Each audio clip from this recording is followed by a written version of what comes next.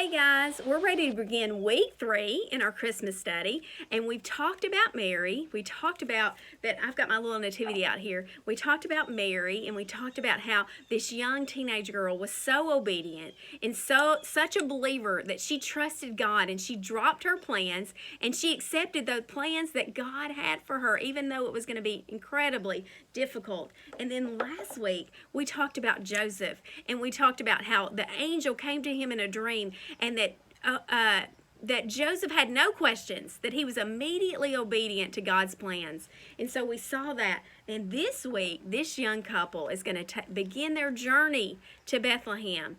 And we're going to see several different things. We're only going to read 7 verses this week. We're going to be in Luke chapter 2. We're going to read verses 1 through 7. But it's a very familiar passage. You know, most people, especially in the Bible Belt, have at least heard this read or read it for themselves. And so Luke chapter 2 is where we find the story of Christmas. And, you know, for Pete's sake, you know, Charlie Brown even reads it in his special. And so we know that most people have read this passage, so it might be very familiar to you. But what I want you to focus on is the details, that God's providential plans and purposes will be fulfilled. He'll take care of it. He'll use a pagan Caesar and taxes to fulfill his plans in Luke chapter 2. So if you have your copy of Scripture, I'm going to pick up in verse 1, and I'm going to focus today on verses 1 through 5. And this is what it says. Now in those days, a decree went out from Caesar Augustus that a census should be taken of all the inhabited earth. This was the first census taken while Quirinius was governor of Syria, and all were proceeding to register for the census, everyone to his own city.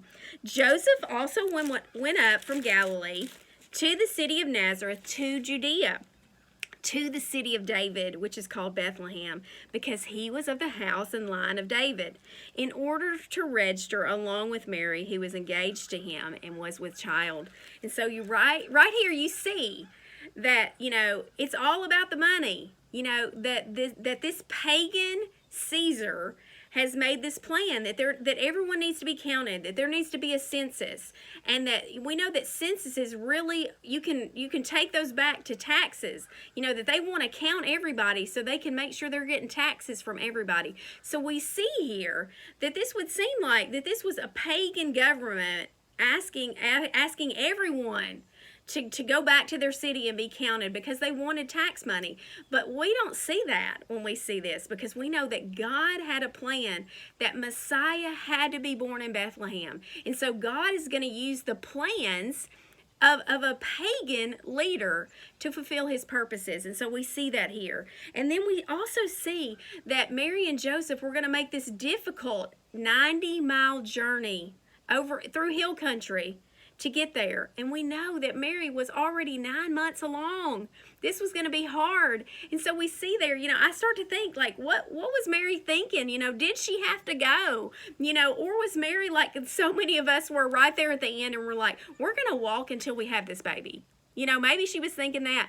But 90 miles over hill country on a donkey or walking is difficult for someone who's about to give birth.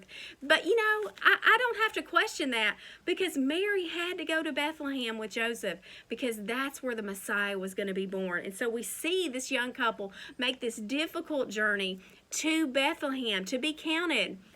And we know that what I want us to see here is that God's providence, that God has plans, purposes, and prophecies that he will fulfill because they're his plans. So he's going to provide everything he needs. He's going to lead them to the place they're supposed to go. And so we need to remember here that this young couple, once again, throws away their plans and accepts God's plans. And they're right in the center of God's will.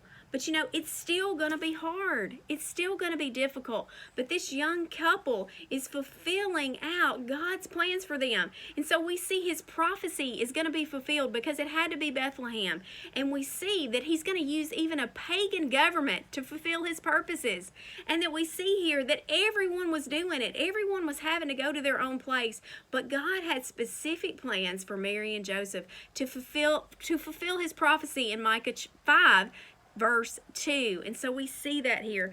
And so I know that this is super familiar to most people and that we've read this passage multiple times, but I want you to look at every single verse and see the details that God literally used a pagan census about tax money to fulfill his plans and purposes. And so when I started to think about that, I started to really think about this story and really think about that we can trust the plans of God, that God is powerful.